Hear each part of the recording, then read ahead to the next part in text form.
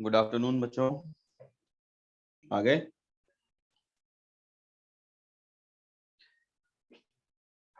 Good afternoon, आवाज आ रही है?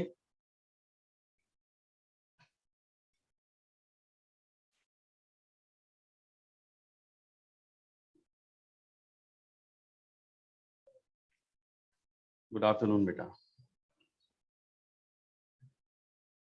तो बच्चों, लास्ट लेक्चर जो हमने पढ़ा वो हमारा principle of inheritance and variation का लास्ट लेक्चर था, जिसमें हमने पेडिग्री पर फिनिश किया और साथ में हमने एक्सरसाइज यहाँ पर डिस्कस कर। ठीक है, तो ये हम कर चुके हैं।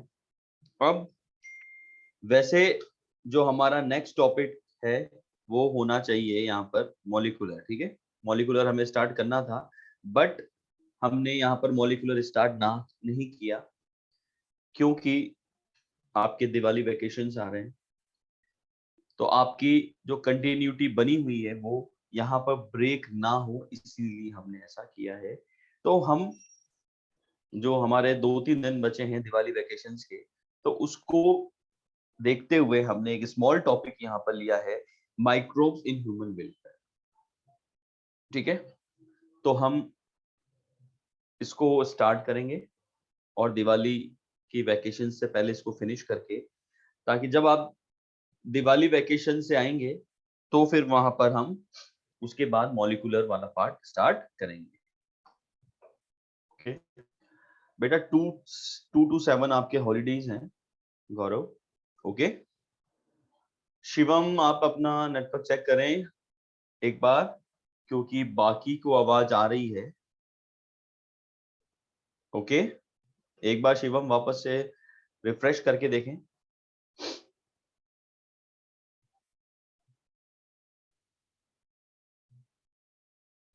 तो बच्चों रेडी है आज के हमारे इस टॉपिक के लिए, माइक्रोब्स इन ह्यूमन वेलफेयर के लिए? सभी फटाफट से रिप्लाई करें। रेडी? छुट्टू सा टॉपिक है जिसको हम फटाफट से यहाँ पर कंप्लीट, स्टार्ट टू फिनिश वाले मोड पर इसको शुरू करेंगे। रेडी? Very good. तो बच्चों, जब भी आपके दिमाग में नाम आता है माइक्रोब्स, ठीक है, तो माइक्रोब्स नाम सुनते ही हमारे दिमाग में कुछ बातें चलती है। Bacteria, fungi, protozoa, virus. ठीक है, कुछ ऐसी बातें आती हैं हमारे दिमाग में, जैसे कि आप सभी को पता है।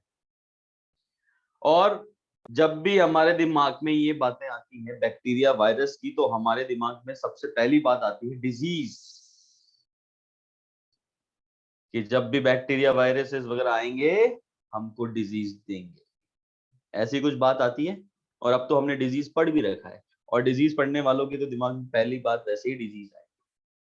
फिर उसके बाद लास्ट 2 ईयर से हम कोरोना देख ही रहे हैं, है ना, डिजीज। तो जनरली जैसे ही माइक्रोब्स की हम बात करते हैं तो हमारे दिमाग में पिक्चर आती है बैक्टीरिया, वायरस, प्रोटोजोआ, फंगाई, इनकी। ठीक है, लेकिन उसके साथ ही हमें ये भी दिमाग में आता है कि ये डिजीज कॉजिंग ऑर्गेनिज्म है, लेकिन एक्चुअली ऐसा नहीं होता। ऐसा नहीं है कि सभी यहां पर माइक्रोब्स डिजीज कॉजिंग हो। बहुत से ऐसे माइक्रोब्स हैं जो कि हमारे लिए बहुत यूजफुल हैं, हेल्पफुल हैं, और उन्हीं के बारे में हम इस चैप्टर में पढ़ेंगे। क्योंकि डिजीज कॉजिंग माइक्रोब्स के बारे में तो हम डिजीज वाले चैप्टर में पढ़ चुके हैं, ह्यूमन हेल्थ एंड डिजीज। अब हमें यहाँ पर उन माइक्रोब्स के बारे में पढ़ना है जो हमारे लिए यूजफुल है। ठीक है, तो इसीलिए इस चैप्टर का नाम क्या रखा है, माइक्रोब्स इन ह्यूमन वेलफेयर, यानी ह्यूमन वेलफेयर में जो माइक्रोब्स का रोल है हम उसके बारे में इस चैप्टर में यहाँ पर स्टडी करेंगे। ओके, तो सबसे पहले अगर मैं यहाँ पर बात स्टार्ट करूं माइक्रोब्स की, तो माइक्रोब्स क्या हैं? माइक्रोब्स आर डाइवर्स, बहुत सारे माइक्रोब्स हैं, बहुत अलग अलग तरह के, जिसमें आपको कुछ नाम पता होंगे, जैसे protozoa, bacteria, fungi, viruses, viroids, prions, ये सब बहुत कॉमनली आपने, स्पेशली ये कुछ नेम तो आपने पढ़ ही रखे, ठीक है ना, प्रोटोजोआ, बैक्टीरिया, फंगस और वायरसेस। अब यहाँ पे कुछ और भी बात है, क्या लिखा है? वायरॉइड्स और प्रायन्स। विरियोइड्स और प्रायन्स के बारे में अगर बात करें तो जनरली आप जानते हैं वायरस क्या होता है। वायरस एक न्यूक्लियो प्रोटीन,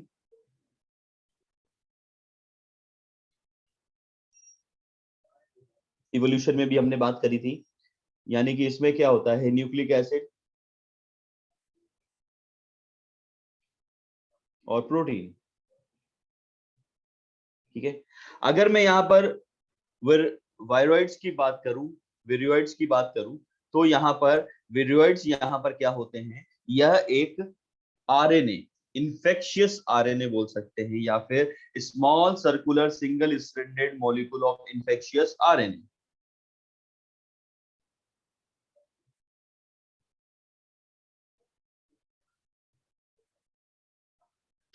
और प्रायन्स एक इन्फेक्शियस प्रोटीन हो, क्या हो गया? Infectious protein.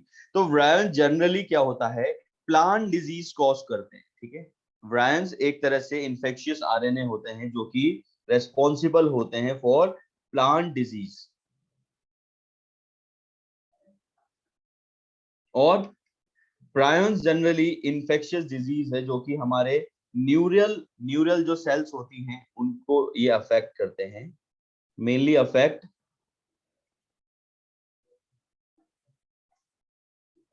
न्यूरल सेल्स, ठीक है।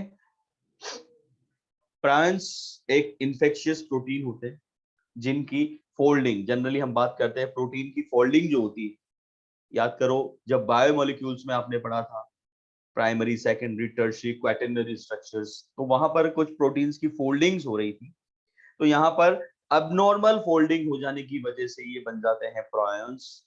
और ये अबनॉर्मल प्रायन्स अफेक्ट करते हैं, इन्फेक्शियस करते हैं, और मेनली अगर बात करें तो अफेक्ट न्यूरल सेल्स, ठीक है। तो बस छोटी सी बातें हैं जो बहुत ज्यादा इंपॉर्टेंट नहीं है, इंपॉर्टेंट है जो हम आगे अब पढ़ेंगे, माइक्रोब्स के बारे में जिसे हमें डिस्कस करना है, ठीक है। तो अगर माइक्रोब्स की बात करें, एक सेकेंड,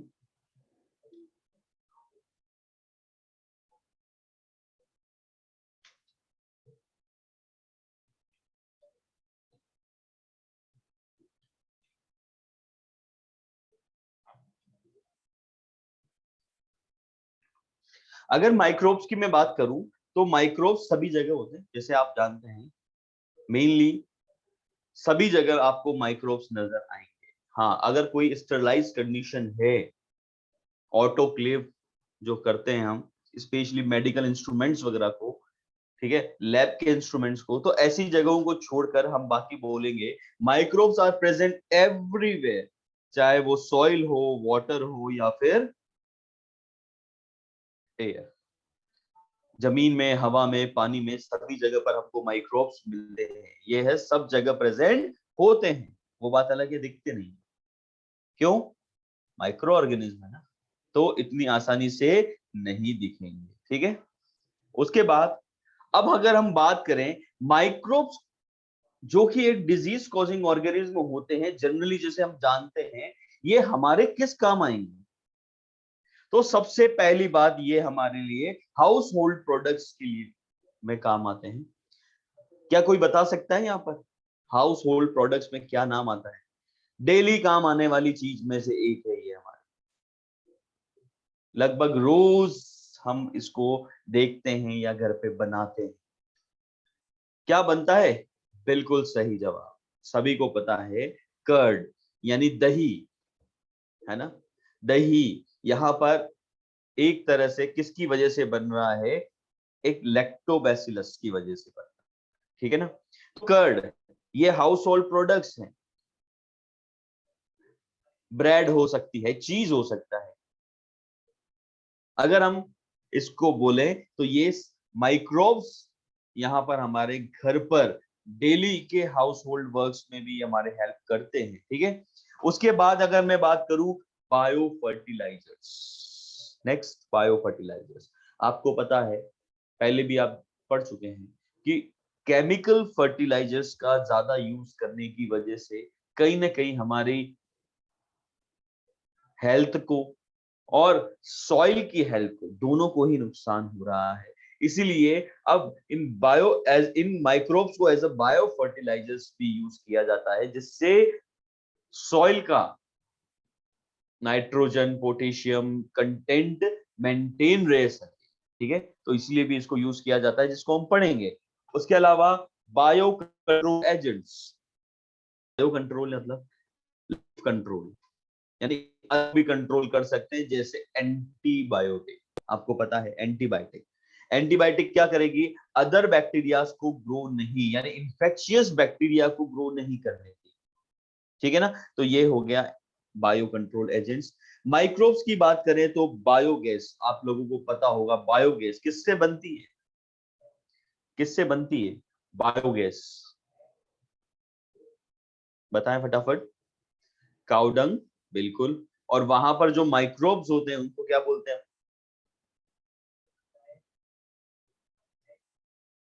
मेथेनोजेंस, ठीक है। बहुत कॉमनली यूज आता है और आपने छोटी क्लासेस में पढ़ा भी होगा इसको, ठीक है।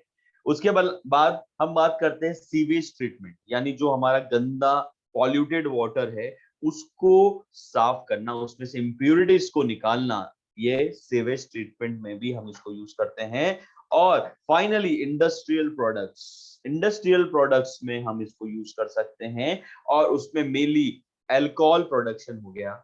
इवन ये जो इंडस्ट्रीज हैं, बेकरी इंडस्ट्रीज हो गई, ठीक है, उसके बाद चीज इंडस्ट्रीज हो गई, तो यहां पर भी तो आप देख सकते हैं। तो इंडस्ट्रियल लेवल पर जब हम इसको यूज करते हैं for the production of products, large scale production के लिए जब हम इसको यूज करते हैं, तो वो सब इंडस्ट्रियल प्रोडक्ट्स में आता है, ठीक है। तो आप देख सकते हैं माइक्रोब्स कितने काम कर सकता है, हाउस होल्ड वर्क जैसे कर्ड, ब्रेड, ठीक है। उसके बाद बायो फर्टिलाइजर्स, ठीक है।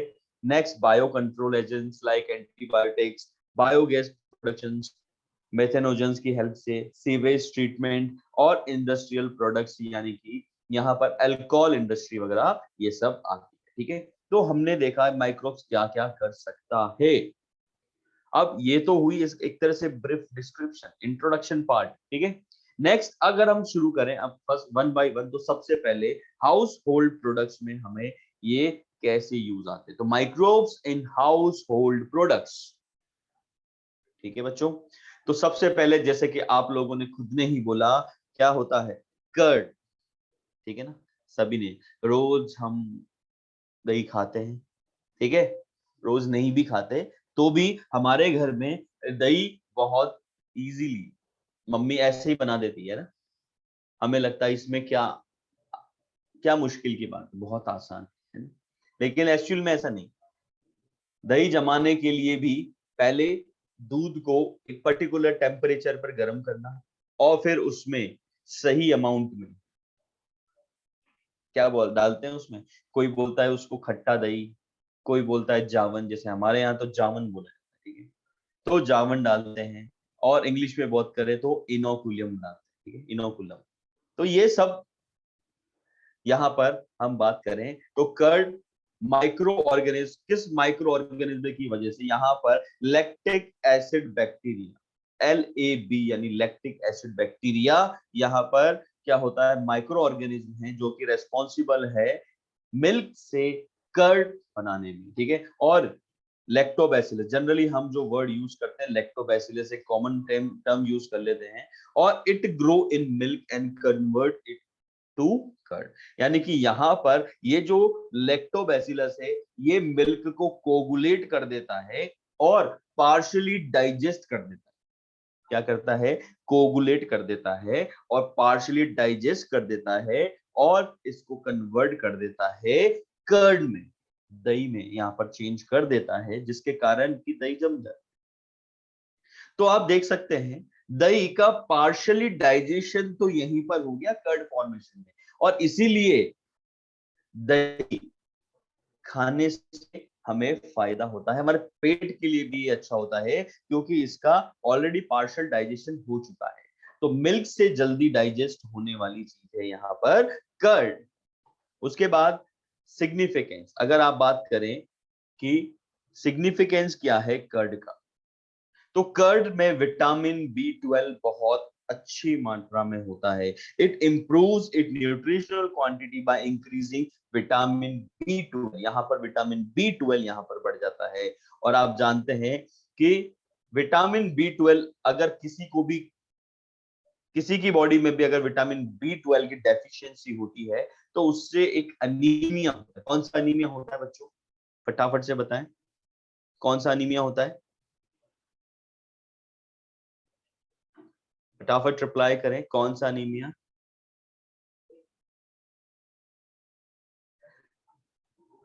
पर्नीशियस एनीमिया, ठीक है, बिल्कुल। पर्नीशियस एनीमिया होता है विटामिन बी 12 की डेफिशिएंसी से।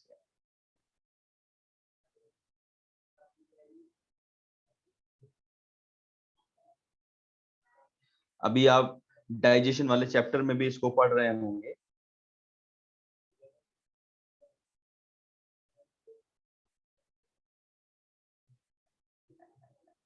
ठीक है, तो विटामिन बी 12 की डेफिशिएंसी से पर्नीशियस एनीमिया हो सकता है। तो ऐसे पर्सन जहां पर विटामिन बी 12 की कमी हो, वहां पर हम उसको कर्ड से भी थोड़ी उसकी अमाउंट इंक्रीज कर सकते हैं, ठीक है। और अगर हमारे स्टोमक की बात करें तो लैक्टोबैसिलस यानी lactic acid bacteria play very beneficial role in checking inhibiting disease causing microbes.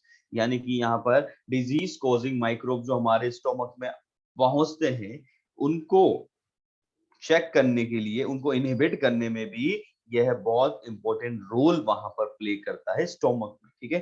तो कर्ड इसीलिए पेट के लिए बहुत अच्छा भी होता है, इसीलिए कहते हैं कि थोड़ा दही रोज खाना चाहिए, ठीक है। दही नहीं तो फिर छाछ भी लेना चाहिए, लेकिन खाना, ठीक है। और जैसे कि हमने बात करी मिल्क को कर्ड में कन्वर्ट करने के लिए, जो थोड़ा सा दही, हम दूध को थोड़ा सा ऑप्टिमम टेम्परेचर पर इसको गर्म करते हैं, अराउंड 37 से 40 डिग्री सेल्सियस पर हम इसको गर्म करते हैं, और फिर उसमें थोड़ा सा दही डालते हैं, जिसको खट्टा दही भी बोलते हैं या जावन भी बोलते हैं, जिसको इंग्लिश में हम बोलते हैं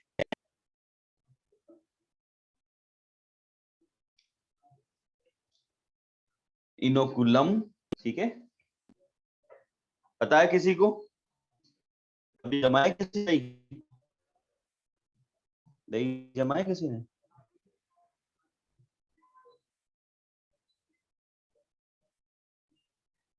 ओके। तो अलग अलग लैंग्वेजेस में अलग अलग इसको नाम दिया गया है, कोई खट्टा दही बोल रहा है, कोई जामुन बोल रहा है, कोई इनोकुलम बोल रहा है, ठीक है। तो इस तरह से यहाँ पर हम कर्ड की बात करें तो कर्ड हम जो देखेंगे, अगर कर्ड को आप अगर माइक्रोस्कोप से देखेंगे तो उसमें कई सारे आपको बैक्टीरिया नजर भी आते हैं, ठीक है। तो अगर देख लिया तो फिर खा नहीं पाओगे, इसलिए देखना मत, ठीक है। तो कर्ड हमारे लिए हेल्पफुल है, और कर्ड बनाने के लिए हमें लैक्टिक एसिड बैक्टीरिया की यहाँ पर जरूरत पड़ती है। क्लियर सभी को? नेक्स्ट एक और वापस आपके लिए चीज से चीज, जिसके लिए आप लोगों को पता है, इसका नाम सुनते ही मुंह पे पानी आ जाता है ना? पिज्जा विद एक्स्ट्रा चीज, सैंडविचेस, है ना? ऐसे बहुत सारे प्रोडक्ट्स हैं, ठीक है, जिसमें चीज हमें खाने को मिलता है ना? तो चीज कईयों का फेवरेट भी होता है इसलिए। तो चीज की अगर मैं बात करूं तो चीज भी किससे बन रहा है? ये भी यहाँ पर एक हमारे माइक्रोब्स की हेल्प से ही बनता है। तो चीज is one of the oldest food item, यानी बहुत पुराना फूड आइटम है चीज। वो बात अलग है, हमारे इंडिया में यहाँ पर बहुत लेट आया, लेकिन वैसे अगर वर्ल्ड लेवल पर देखें तो चीज बहुत पुराना आइटम है। माइक्रोब से बनाने वाला जो आइटम्स है उसमें बहुत ओल्ड आइटम्स में से एक है चीज। और ऐसा नहीं चीज एक ही तरह का होता है, चीज बहुत तरह के होते हैं, आप खुद जानते हैं चीज कितने तरह का होता है, ठीक है। तो सबसे पहले बात करूं स्विस चीज, नाम से पता चल रहा है स्विस, ठीक है। स्विस चीज कुछ ऐसा होता है और ये एक हार्ड चीज होता है। स्विस चीज एक हार्ड चीज होता है जो किसके कारण बनता है, एक बैक्टीरिया है प्रोपियोनिबैक्टीरियम शर्मानी, प्रोपियोनी बैक्टीरियम शर्माइनी बैक्टीरिया करके एक बैक्टीरिया है जिसके कारण यहाँ पर स्विस चीज हमको मिलता है। और स्विस चीज यहाँ पर हमको मेनली काउज मिल्क से मिलता है, ठीक है, गाय के दूध से हमको मिलता है। और ये एक हार्ड टाइप का होता है, इट इज हार्ड चीज, ये एक हार्ड चीज होता है, ठीक है। उसके बाद आप देख रहे होंगे इस चीज में कई सारे होल्स नजर आ रहे हैं बबल्स के, ठीक है। तो यानी कि यहाँ पर the large holes are due to production of a large amount of CO2 by bacteria. आपको पता है बैक्टीरिया एनाएरोबिक अगर रेस्पिरेशन करेगा वहां पर CO2 का फॉर्मेशन होगा और उसी के कारण यहाँ पर ये लार्ज होल्स यहाँ पर बनते हैं, ठीक है। तो ये भी क्या है, एग्जाम्पल हो गया हमारा microbes in house hold products, ठीक है। और दूसरे चीज की बात करें तो रॉकफोर्ट चीज, रॉकफोर्ट चीज एक सेमी हार्ड चीज होता है, यानी स्विस चीज तो ज्यादा हार्ड है, ये उससे थोड़ा कम हार्ड होता है, सेमी हार्ड चीज होता है, कुछ ऐसा होता है, ठीक है। और यहां पर भी अगर हम बात करें, ये पेनिसिलम रॉकफोर्ट एक फंगस है, उसके कारण ये प्रोड्यूस होता है। और ये शीप्स मिल्क से, भेड़ के दूध से बनता है, ठीक है। ये एक सेमी हार्ड चीज है जो कि पेनिसिलम रॉकफोर्टी जो फंगस होता है उससे ये बनता है। उसके अलावा मॉड्यूल में हमारा एक और चीज दिया हुआ है, कैमेम्बर्ट चीज,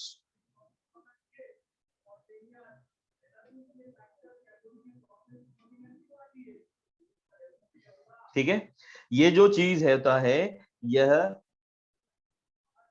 एक सॉफ्ट चीज होता है, ये भी काउ मिल्क से बनता है और इसमें पेनिसिलिन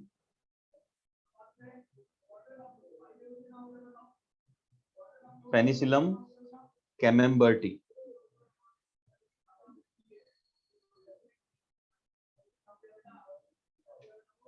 इस ये प्रोड्यूस करता है। और ये क्या है, एक सॉफ्ट चीज होता है और ये भी काउ मिल्क से ही बनता है। क्लियर है सभी को बात? तो ये कुछ एग्जाम्पल्स हैं चीज के, हम खाने से पहले इतना नहीं सोचते, हमें तो जो पिज्जा में डलकर आ गया बस खाना स्टार्ट, एक्स्ट्रा चीज के साथ, है ना। तो हमने देखा चीज भी एक प्रोडक्ट है जो कि माइक्रोब्स की हेल्प से यहाँ पर बनता है, ठीक है। नेक्स्ट एक और आपका डेली रूटीन में खाने वाला प्रोडक्ट में से एक है, ठीक है। जैसे हम बात करें डव, डव देखा आपने, डव क्या होता है, जैसे आटा लगाते हैं ना, तो नॉर्मली जो रोटी का आटा है वो थोड़ा सा टाइट होता है। अगर आपने देखा होगा जब भी छोले भटूरे बनते हैं तो उसका आटा थोड़ा सॉफ्ट होता है, ठीक है, पफी सा होता है। ऐसे ही इडली सांभर जब बनती है, ठीक है, इडली सांभर का जो मिक्सचर होता है वो भी क्या होता है, थोड़ा सा लिक्विड स्टेज में होता है, पफी सा हो जाता है। तो the Dove used the dough which is used for making food such as dosa and idli is also fermented by bacteria। तो यहाँ पर बैक्टीरिया द्वारा फर्मेंटेट किया जाता है। तो इसको बनाने के बाद जो इसका मिक्सचर बनाया जाता है, उसको बनाने के बाद उसको कुछ टाइम के लिए छोड़ा जाता है ताकि बैक्टीरिया वहां पर एनारोबिक रेस्पिरेशन के कारण CO2 प्रोड्यूस करे, जिसके कारण उसमें पफीनेस आ जाए। तो वो पहले इतना सा होता है, फूल कर फिर इतना बड़ा हो जाता है। किसी को याद है घर पे बना होगा इडली सांभर या फिर हम छोले भटूरे, तो उसका भी आटा लगाकर थोड़ी देर रखते हैं ताकि वो फिर वो फूल जाता है, ठीक है, ताकि पफी सा बन जाता है। तो ये क्या है, ये भी एक एग्जाम्पल हो गया माइक्रोब्स इन हाउस होल्ड, क्योंकि यहाँ पर भी बैक्टीरिया की हेल्प से ही फर्मेंटेशन कराया जाता है, वो एनारोबिक रेस्पिरेशन करता है, जिसके कारण यहाँ पर CO2 गैस प्रोड्यूस होती है, जो क्या करती है, puffed up appearance of Dove, यानी डव का जो पफ्ड अप अपीयरेंस होता है, फूला हुआ जो अपीयरेंस होता है, वो उसकी वजह से, CO2 की वजह से ही ऐसा होता है। क्लियर सभी को बात? ठीक है। और लास्ट, ये भी आपके खाने का, आज तो खाने की बातें सुनकर मुझे लगता है कि कईयों को भूख लगी, मुंह में पानी आने लगा होगा कि चलो, ऐसा है क्या? तो माइक्रोब्स की अगर हम बात करें तो उसमें एक और आता है ब्रेड। ये भी हमारे लिए हाउस होल्ड प्रोडक्ट में डेली यूज आने वाले प्रोडक्ट्स में से एक है। ठीक है। तो bread is fermentated using baker's yeast. यहाँ पर एक सार्कोमाइसिस सेरेवेसी करके एक क्या है, यीस्ट होती है, जो कि यूज आती है for bakery purpose. Bakery bakery में आपको पता है केक, पेस्ट्रीज, ब्रेड, है ना, तो ये सभी होते हैं। तो इसीलिए इस यीस्ट को बेकर्स यीस्ट भी बोला जाता है। बेकर्स यानी बेकरी में यूज होने वाली, बेकर्स द्वारा बेकरी वाले यूज करते हैं, इसीलिए इसको बेकर्स यीस्ट भी यहाँ पर बोलते हैं। ठीक है। और ब्रेड में भी अगर आप देखेंगे तो उसमें भी होल्स बने होते हैं, ठीक है ना, तो वो होल्स भी किसकी वजह से होते हैं, CO2। The holes in the bread is due to production of CO2, क्योंकि यहाँ पर जो एनारोबिक रेस्पिरेशन से CO2 बनती है, उसी के कारण यहाँ पर भी होल प्रेजेंट होती है। ठीक है। तो ब्रेड में भी आपको होल और पफी सा दिखेगा, है ना, बड़ी सॉफ्ट सी पफी सी ब्रेड जो मिलती है। तो अगर यीस्ट होगा तो ऐसा बनेगा, नहीं तो फिर उस केक को आप तलवार से काट, फिर वो चाकू से नहीं कटेगा, फिर तलवार से काटना पड़ेगा अगर यीस्ट नहीं है, समझे? तो इसीलिए ब्रेड का जो प्रोडक्शन है उसमें भी हमारे एक यीस्ट यानी फंगस का रोल प्ले करती है, जिसको हम बेकर्स यीस्ट ही बोलते हैं। बच्चों यहां तक बात समझ में आई? जल्दी से रिप्लाई करें सभी, यहां तक सभी को बात समझ में आई? फटाफट, फास्ट फास्ट।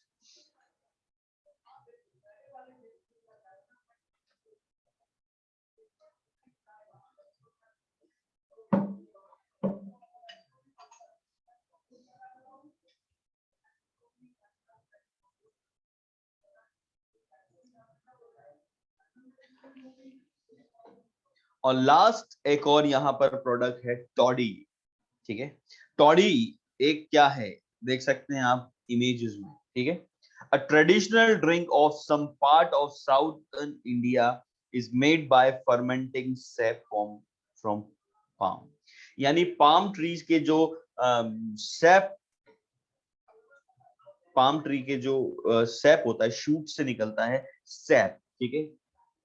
और उस सैप को पहले फर्मेंटेट किया जाता है और उससे एक ड्रिंक तैयार होती है, जिसको हम बोले साउथ इंडिया में एक तरह से ट्रेडिशनल ड्रिंक बोला जाता है। ठीक है। ट्रेडिशनल ड्रिंक है वहां की, जिसको नाम दिया गया टोडी। और उसके अलावा भी माइक्रोब्स यहाँ पर, यानी कि फिश, सोयाबीन, बम्बू शूट्स, इनके फर्मेंटेशन में हेल्प यहाँ पर करते हैं। ठीक है। तो माइक्रोब्स के कई सारे रोल हो गए, कर्ड फॉर्मेशन, चीज फॉर्मेशन, उसके बाद डव फॉर्मेशन, फिर ब्रेड फॉर्मेशन, टॉडी यहाँ पर जो कि एक साउथ इंडियन की ट्रेडिशनल ड्रिंक है, जो भी यहाँ पर फर्मेंटेशन से ही तैयार होती है। जो प्लांट सैप होता है उसके फर्मेंटेशन से ये तैयार होती है। और उसके अलावा कुछ हम बात करें, फिश, फिश यहाँ पे ले सकते हैं, सोयाबीन, बम्बू शूट्स, तो इनसे भी फूड बनाने में फर्मेंटेशन जो होता है, फर्मेंट जो करते हैं वो माइक्रोब्स द्वारा ही करते हैं। ठीक है। तो ये कुछ बातें हैं छोटी छोटी जो कि हमारे डेली हाउस होल्ड्स में काम आती है। ठीक है। अब अगर इसके बाद हम बात करें नेक्स्ट, तो नेक्स्ट यहाँ पर अब माइक्रोब्स इन इंडस्ट्रियल प्रोडक्ट्स, यानी इंडस्ट्री में ये कैसे यूज आते हैं। ठीक है। तो माइक्रोब्स इन इंडस्ट्रियल प्रोडक्ट्स की अगर मैं बात करूं तो सबसे पहली बात यहाँ पर आती है अल्कोहल, यानी बेवरेजेस में ये बहुत इंपॉर्टेंट रोल प्ले करता है। ठीक है। बेवरेजेस, अल्कोहल आप लोगों ने सुना होगा, बियर, वाइन, ब्रांडी, रम, विस्की, ठीक है। तो ये सब क्या है? ये अल्कोहल है which is harmful for our health, but फिर भी इनका जो प्रोडक्शन है, ये हम बात करें तो फर्मेंटेड बेवरेजेस में, बेवरेजेस यानी इथेनॉल, मेनली इसमें अल्कोहल किस फॉर्म में है? एथेनॉल फॉर्म में होती है, like wine, beer, whisky, brandy और, ठीक है ना। अलग अलग यहाँ पर बेवरेजेस हैं, अलग अलग तरीके से, अलग अलग नाम से मार्केट में अवेलेबल होती है। तो इनका ये जो नाम है, वाइन क्या होती है, बियर क्या होती है, विस्की, ब्रांडी, रम, ये सब किस बेसिस पर डिसाइड होता है? तो एक तो इनका रॉ मटेरियल क्या है, ये किससे बन रहा है, पहली बात तो ये। और उसके बाद यहाँ पर ये डिसाइड होता है कि ये इसमें डिस्टिलेशन हो रहा है या नहीं हो रहा, ठीक है ना। तो ये एक बहुत बड़ी बात है, जहां की कैसे इनका हम बात करें, कैसे ये अलग अलग कैटेगरीज में डिवाइड होती, ठीक है। तो सबसे पहले जो भी माल्टेड सीरियल्स होते हैं, सीरियल्स एक तरह से हम जानते हैं जैसे गेहूं, जौ, बाजरा, इनसे, ठीक है ना। माल्टेड सीरियल्स या फिर फ्रूट जूसेस जैसे कि ग्रेप्स, अंगूर, ठीक है ना। यहां से ये क्या होता है, इनमें वही जो हमारी बेकर्स यीस्ट थी, यानी कि सार्कोमाइसिस सेरेवेसी, ये जो बेकर्स यीस्ट है, यही यहाँ पर इससे हमारा अल्कोहल बनाती है। और ये आप फैक्ट्रीज देख सकते हैं, बड़े बड़े गैलन्स के अंदर यहाँ पर अल्कोहल का फॉर्मेशन होता है। यहाँ पर किसकी हेल्प से? वही बेकर्स यीस्ट, जिसको हम यहाँ पर अब बेवरेज यीस्ट भी बोलेंगे। क्यों? क्योंकि बेवरेजेस इंडस्ट्री में भी ये बहुत यूजफुल है। तो सार्कोमाइसिस सेरेवेसी मेल्टेड सीरियल्स और फ्रूट जूसेस को यहाँ पर क्या करती है? अल्कोहल में चेंज करती है, ठीक है। तो ब्रीवर्स यीस्ट, अभी तक हमने बोला इसको बेकर्स यीस्ट, अब हमने बोला इसको ब्रीवर्स यीस्ट। तो एक ही इसके दो दो नाम होते हैं, क्योंकि बेकरी इंडस्ट्री में भी ये काम आती है और ब्रीवरी इंडस्ट्रीज में भी ये काम आती है, इसीलिए इसको यहाँ पर बोला, क्योंकि कॉमर्शियल प्रोडक्शन ऑफ इथेनॉल के लिए ये बहुत बहुत बहुत जरूरी होती है। समझ गए? और इसीलिए S cerevisiae is known as baker's yeast and brewers. समझ में आ गई बात? तो ये भी एक इंपॉर्टेंट पॉइंट है यहाँ पर आपके लिए। तो आपसे कभी भी ये पूछा जा सकता है कि कौन है बेकर्स यीस्ट या फिर कौन सी है ब्रीवर्स यीस्ट, ठीक है। या फिर क्वेश्चन पूछ लिया जाए, सार्कोमाइसिस सेरेवेसी का दूसरा नेम क्या है? First option baker's yeast, second brewer's yeast, third both of the above, और fourth none of the above, ठीक है। तो आप यहाँ पर बोथ ऑफ द अबव यानी कि बोथ 1 और 2 को यहाँ पर सेलेक्ट कर सकते हैं, ठीक है। तो इस तरह से यहाँ पर ये क्वेश्चन बन सकता है, ये भी बहुत इंपॉर्टेंट बात है, ठीक है। चलें आगे। अब it is used for fermenting malted cereals and fruit juices to produce ethanol, ठीक है। ये क्या करता है? malted जो सीरियल्स होते हैं और फ्रूट जूसेस होते हैं, उनको, उनसे ये फर्मेंटेशन के थ्रू ये इथेनॉल प्रोड्यूस करता है, ठीक है। उसमें क्या होगा? शुगर से यानी कार्बोहाइड्रेट से यहाँ पर इथेनॉल बनाया जाता है, कार्बोहाइड्रेट से इथेनॉल बनेगा यहाँ पर।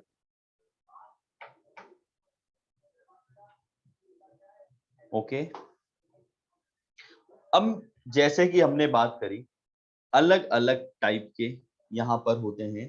तो सबसे पहले अगर बात करें फर्मेंटेड बेवरेजेस, यहाँ पर cold drink formation is depend on, मैंने भी बताया अलग अलग बातें हैं, उनका रॉ मटेरियल कौन सा है पहली बार, और उस पर डिस्टिलेशन हो रहा है या नहीं। तो ऐसे ही यहाँ पर अगर अल्कोहल ड्रिंक्स फॉर्मेशन की बात करें तो डिपेंड करता है पहला type of raw material use for fermentation. जैसा आपके मॉड्यूल में भी दिया हुआ है कि बियर अगर बनानी है तो वहां पर फर्मेंटेशन होता है बार्ले का यानी जौ का, ठीक है। वाइन अगर बनानी है तो ग्रेप्स का होगा, रम बनानी है तो मोलेसिस यानी गुड़ का होगा, ठीक है ना। तो अगर जिन बनानी है तो यूरोपियन राय स्केल सीरियल्स यहाँ पर यूज किया जाता है। तो ये अलग अलग टाइप के हैं कि रॉ मटेरियल कौन सा है जिसका फर्मेंटेशन हो रहा है, उस पर डिपेंड करेगा पहली बात। और दूसरी बात यहां पर मैंने जैसे बताया कि द टाइप ऑफ प्रोसेसिंग, यानी उनका जो बाद में बनने के बाद प्रोसेसिंग कैसा हो रहा है, आगे उसका डिस्टिलेशन हो रहा है या नहीं हो रहा, उसी बेस पर यहां पर दो होती है। जैसे वाइन और बियर की बात करें तो ये प्रोड्यूस होती है विदाउट डिस्टिलेशन, यानी वाइन और बियर का यहाँ पर डिस्टिलेशन नहीं होता। लेकिन अगर बात करें whisky, brandy and are produced by distillation of fermented broth, यानी कि वो जो लिक्विड बना है उसका यहाँ पर फर्मेंटेशन होगा, सॉरी डिस्टिलेशन होगा, उसके बाद ही हम उसको विस्की, ब्रांडी, रम के बारे में बात करेंगे। बात समझ में आई सभी को? तो ये अलग अलग बातें हैं। वाइन एंड बियर तो बनती है विदाउट डिस्टिलेशन, और whisky, brandy and rum are produced by distillation of fermented. यहां तक क्लियर है बच्चों सभी को? किसी को भी कोई भी डाउट है क्या यहां तक?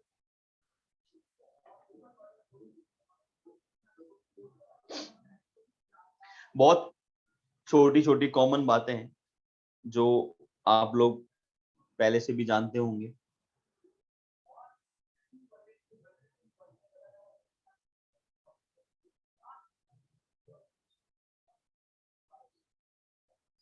चलो बहुत बढ़िया।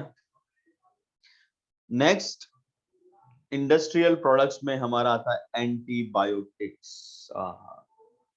एंटीबायोटिक्स की अगर हम बात करें तो आज की टाइम पर हम विदाउट एंटीबायोटिक कुछ सोच ही नहीं सकते। कोई भी बीमारी हो हमें सबसे पहले एंटीबायोटिक चाहिए, कोई भी चोट लग जाए हमें एंटीबायोटिक चाहिए, खांसी हो जाए एंटीबायोटिक चाहिए, जुकाम हो जाए एंटीबायोटिक चाहिए, हर चीज में एंटीबायोटिक एंटीबायोटिक, है ना? तो आज के वर्ल्ड में हम एंटीबायोटिक को इग्नोर नहीं कर सकते, ठीक है ना? तो ये एक बहुत, हमारी जो 20th सेंचुरी है उसकी सबसे बड़ी खोजों में से एक है एंटीबायोटिक। और यही खोज ऐसे ही होगी, तुक्के में, तुक्का बोल सकते हैं क्या? बाय चांस, बाय चांस मतलब जो डिस्कवरी नहीं कर रहे थे इसकी, लेकिन फिर भी ये डिस्कवर हो गई, तो ये बाय चांस डिस्कवरी थी, लेकिन इस डिस्कवरी ने एक रिवॉल्यूशन ला दिया मेडिकल फील्ड में। मेडिकल फील्ड में बहुत बड़ा रिवॉल्यूशन आ गया just because of antibiotic. Specially बात करें वर्ल्ड वॉर टू में, तो वर्ल्ड वॉर टू से पहले जब सैनिक वर्ल्ड वॉर वन हुआ था, तो वहां पर जब भी कोई सैनिक यहाँ पर, सोल्जर यहाँ पर अगर उसमें कोई भी इंजरीज होती थी तो, ठीक है, तो उसके बारे में हम बात करें तो शिवम, हाँ बेटा एक बार देख लेना, जस्ट बहुत ज्यादा इंपॉर्टेंट नहीं है, मेनली मेनली इंपॉर्टेंट बात मैंने बता दी है आपको, ठीक है? उनको देख लेना, बहुत ज्यादा इंपॉर्टेंट, ठीक है? हाँ, तो वहां पर जो सोल्जर्स की इंजरीज होती थी वो बहुत जल्दी नहीं बढ़ती थी, तो जब वर्ल्ड वॉर टू आया उस तब तक हमने पेनिसिलिन डिस्कवर कर लिया था। तो जब उन सोल्जर्स पर ये एंटीबायोटिक यूज की गई तो उनकी हीलिंग बहुत जल्दी होने लगी, और ये अमेरिकन सोल्जर्स के लिए बहुत बड़ा फायदा का रहा, और इसीलिए इनकी डिस्कवरी के लिए नोबेल प्राइज भी दिया गया, ठीक है? तो एंटीबायोटिक की बात करें, एंटीबायोटिक माइक्रोब्स, माइक्रोब्स यहां पर कोई भी माइक्रोब्स है, माइक्रोब्स कुछ ऐसे केमिकल सब्सटेंस यहां पर सिक्रीट करते हैं जो कि अदर माइक्रोब्स को, अदर माइक्रो ऑर्गेनिज्म को, या फिर अदर डिजीज कॉजिंग ऑर्गेनिज्म को ग्रो नहीं करने देते या फिर उनको मार देते हैं। ऐसे सब्सटेंस, इस केमिकल सब्सटेंस को ही हम क्या बोलते हैं? एंटीबायोटिक बोलते हैं। ठीक है, तो अदर माइक्रोब्स को ग्रो नहीं करने देना, ठीक है। तो antibiotics are chemical substances which are produced by some microbes and can kill or retard the growth of other कौन से disease causing microbes, other disease causing microbes को यहाँ पर वो या तो किल कर देते हैं या फिर उनकी ग्रोथ को वहां पर रोक देते हैं, ठीक है। अगर हम बात करें एंटीबायोटिक प्रोड्यूस बाय माइक्रोब्स, आपको पता है अलग अलग तरह की एंटीबायोटिक्स आज की डेट में हजारों तरह के एंटीबायोटिक्स डिस्कवर हो चुकी है, पर हम बात करें this was the one of the most significant discoveries of 20th century. 20th century की बहुत बड़ी खोज में से एक है। तो कोई भी इंडिविजुअल है, चाहे मैं हूं चाहे आप हो, जब भी हमारी बॉडी के अंदर कोई भी माइक्रोब्स आ जाता है डिजीज कॉज करने के लिए, तो हम उसके लिए फिर एंटीबायोटिक लेते हैं जिसके कारण वो माइक्रोब्स वहां पर खत्म हो जाता है, ठीक है। तो एंटीबायोटिक वर्ड कैसे आया? Anti is a Greek word that means against, और बायो मींस आपको पता है लाइफ, यानी अगेंस्ट लाइफ। पर ये जो बात है ये सभी पे लागू नहीं होगी, ये सिर्फ डिजीज कॉजिंग ऑर्गेनिज्म पर ही लागू होगी, क्योंकि हमारे लिए अगर हम बात करें ह्यूमंस की, तो ह्यूमंस के अंदर तो ये लाइफ गिवन हो गया, अगेंस्ट द लाइफ नहीं, लाइफ फेवर कर रहा है हमारी, क्योंकि हमारे तो माइक्रोब्स से हमको बचा रहा है, डिजीज से हमको बचा रहा है, इसीलिए यह against life in the context of disease causing organism, disease causing organism के रेफरेंस में ये बोला गया है एंटीबायो, ठीक है। लेकिन हम बात करें with reference to human beings, antibiotics are pro life and not against, हमारे लिए तो प्रो लाइफ है, ठीक है, क्योंकि हमारे लिए तो लाइफ में ये हेल्प कर रहा है, कहीं ना कहीं हमारी लाइफ बढ़ा रहा है, क्योंकि अगर इन्फेक्शन को कंट्रोल नहीं किया गया तो हमारी लाइफ भी तो यहाँ पर एंड हो सकती है। तो ये हमारे लिए तो यूजफुल है। Against life is not for us, is for disease causing organism. Clear? तो penicillin was the first antibiotic discovered, आप पहले भी पढ़ चुके हो, और अलेक्जेंडर फ्लेमिंग ने यहाँ पर इसको डिस्कवर किया था, और it was chance discovery by Alexander Fleming, क्योंकि वो जब अपने एक्सपेरिमेंट कर रहे थे स्टेफाइलोकोकाई बैक्टीरिया के अंदर, तो उन्होंने कई सारी पेट्री डिश जिसमें कल्चर मीडियम थे उसमें स्टेलोफाइलोकोकाई बैक्टीरिया को ग्रो कर रखा था, तो वो कल्चर बैक्टीरिया हो रहे थे। अब उसी पेट्री डिश में से एक पेट्री डिश ऐसी थी जो कई दिनों से धुली हुई नहीं थी, गंदी वहां पर पड़ी हुई थी, और जब उन्होंने उसको देखा, उन्होंने देखा यार सभी पेट्री डिश में तो बैक्टीरिया ग्रो कर रहे हैं, लेकिन ये जो गंदी वाली जो है, जो धुली नहीं थी, वॉश नहीं हुई थी, इसमें ये बैक्टीरिया ग्रो नहीं कर रहे, क्यों?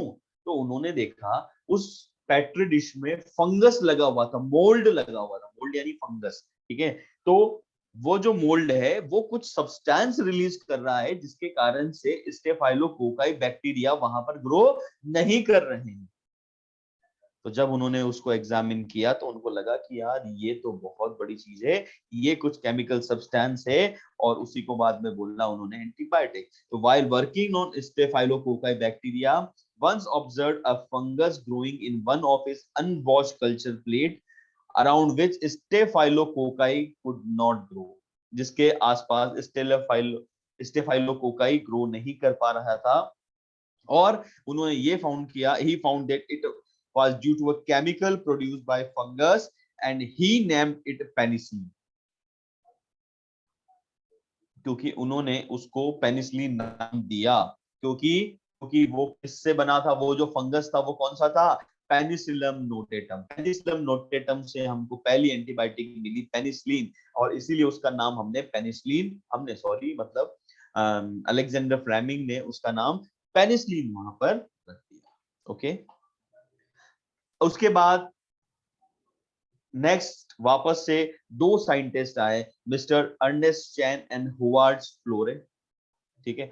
उन्होंने full potential of penicillin as an effective antibiotic was established, यानी उन्होंने डिस्कवर तो कर लिया, लेकिन अभी उसकी पूरी ताकत अलेक्जेंडर फ्लेमिंग को डिस्कवर नहीं हुई, उसकी पूरी ताकत को डिस्कवर करने वाले अर्नेस्ट चैन और होवार्ड फ्लोरे थे कि ये जो पेनिसिलिन है ये बहुत बहुत इफेक्टिव एंटीबायोटिक है, जिससे हम कई सारे माइक्रोब्स को यहाँ पर, जो डिजीज कॉजिंग माइक्रोब्स है, उनको यहाँ पर डिस्ट्रॉय कर सकते हैं। तो उसीलिए बाद में this antibiotic was extensively used to treat American soldiers wounded in world war two. World war two में जो अमेरिकन सोल्जर्स हैं उनके ट्रीटमेंट में इसको यूज किया गया, और इसीलिए Fleming Chain and Florey were awarded the Nobel prize in 1945 for this discovery. और इसीलिए इनको फिर बाद में तीनों को ही नोबेल प्राइज मिला इस डिस्कवरी के, क्योंकि 20th सेंचुरी की सबसे बड़ी डिस्कवरीज में से एक थी, जिसने मेडिकल हिस्ट्री के अंदर एक रिवोल्यूशनरी चेंज पर ला दिया। क्लियर है बच्चों सभी को? तो today we can not imagine a world without antibiotic, पता ही है आपको। नेक्स्ट हमारा जो टॉपिक है वो है organic acids, microbes in industrial products में ऑर्गेनिक एसिड। अब आप सोचेंगे एसिड ये भी हमारे काम आता है? तो आप लोगों ने एक बहुत कॉमन नेम सुना होगा, प्रिजर्वेटिव। सुना है?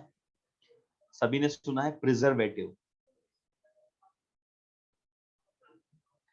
किस में यूज आते हैं प्रिजर्वेटिव्स? जल्दी से बताएं, क्या सुना हुआ है सभी ने प्रिजर्वेटिव के बारे में?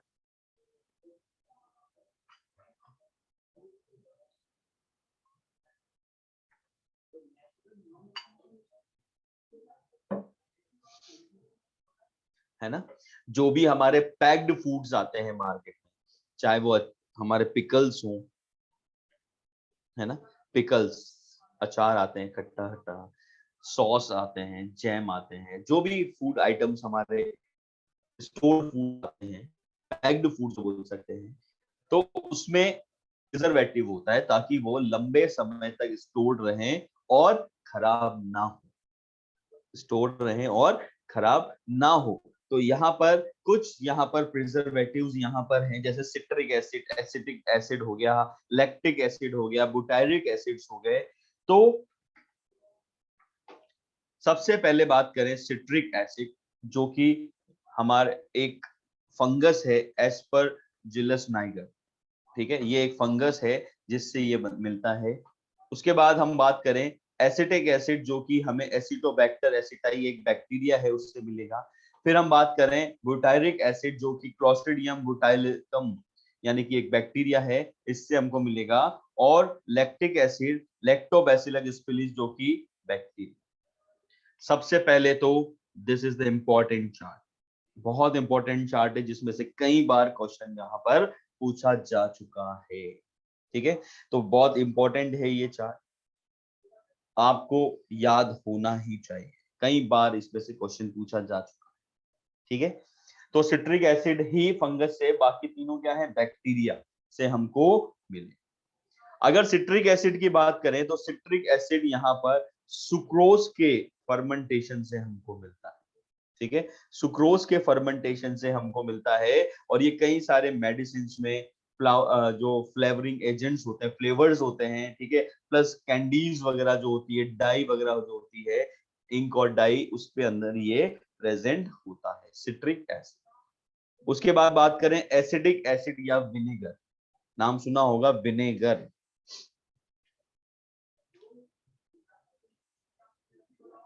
कहाँ यूज होता है विनेगर?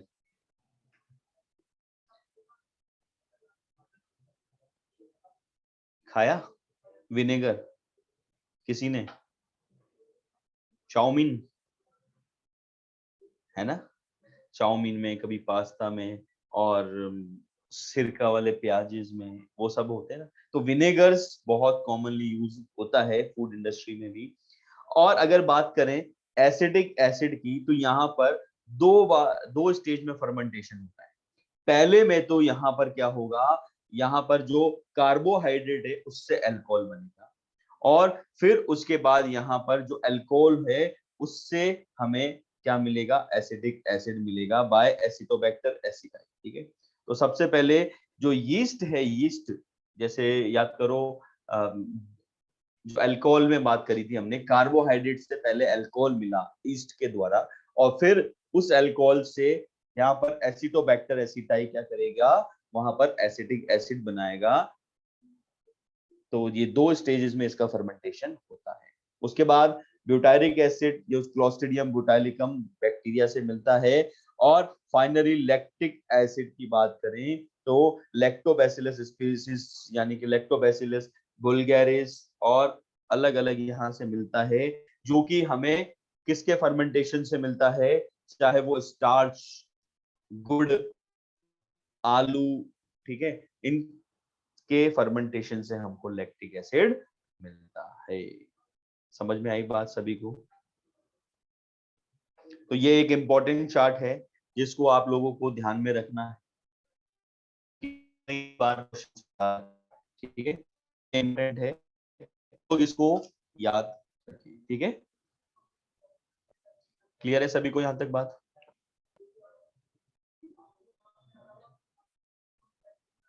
आगे चलें।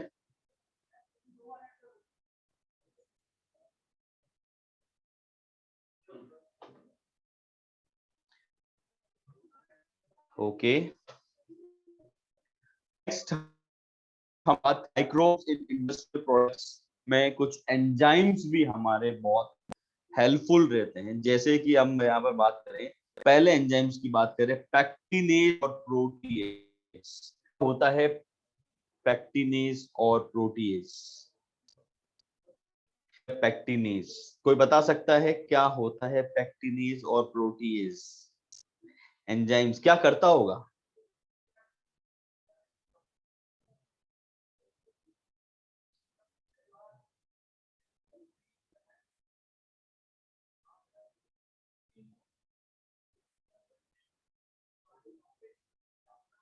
भाई पैक्टीन, बिल्कुल शिवम सही बात है। भाई पैक्टिनेज का नाम है, यानी पैक्टीन को डाइजेस्ट करेगा, और प्रोटीएज यानी प्रोटीन को। ठीक है, तो जैसे कि आपको पता है फ्रूट्स होते हैं, फ्रूट्स में आउटर कवरिंग पैक्टीन की होती है, और अंदर जो पल्प वाला पार्ट भी होता है वहां पर भी आपको प्रोटीन मिलेगा।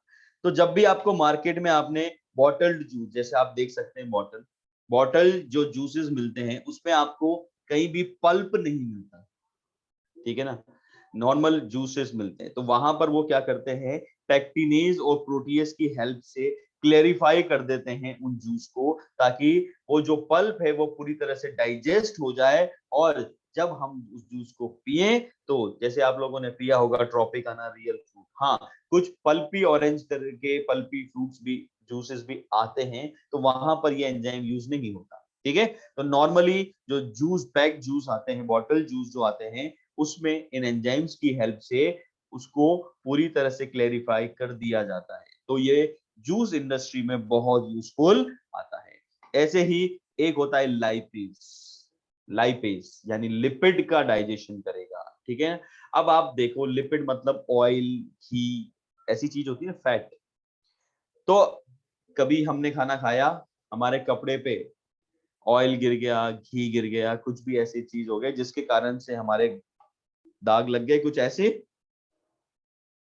अब दाग लगने के बाद क्या करेंगे, हम उसको धोएंगे, या तो सर्फ एक्सेल यूज करेंगे, एरियल यूज करेंगे, टाइड यूज करेंगे, ठीक है ना। तो वहां पर तो ये डिटर्जेंट फॉर्मुलेशन, डिटर्जेंट जो बनता है उसमें यूज आते हैं लाइपेज, हेल्प होते हैं ऑयली स्टेन्स को रिमूव करने के लिए।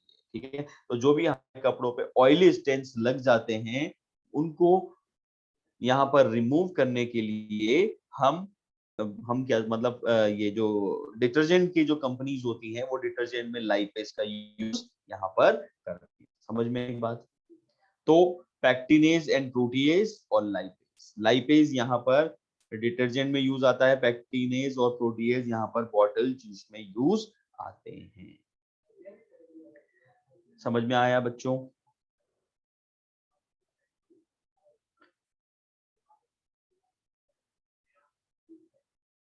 नॉर्मल नॉर्मल लाइफ से रिलेटेड चैप्टर है।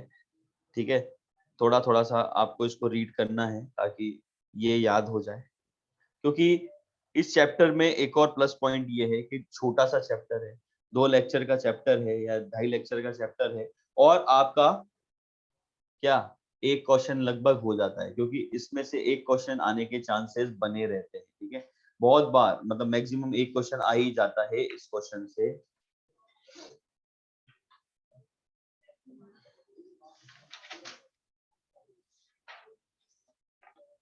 ठीक है, और